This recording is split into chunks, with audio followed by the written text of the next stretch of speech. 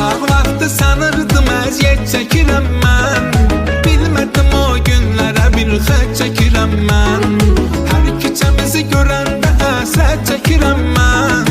Köhnə məhəlləmizin köhnə uşaqları üçün adam elə hərdən darıxır qabaqlar üçün. O günlər üçün, o illər üçün, o çağlar üçün adam elə hərdən darıxır qabaqlar üçün. O günlər üçün, o illər üçün, o çağlar üçün.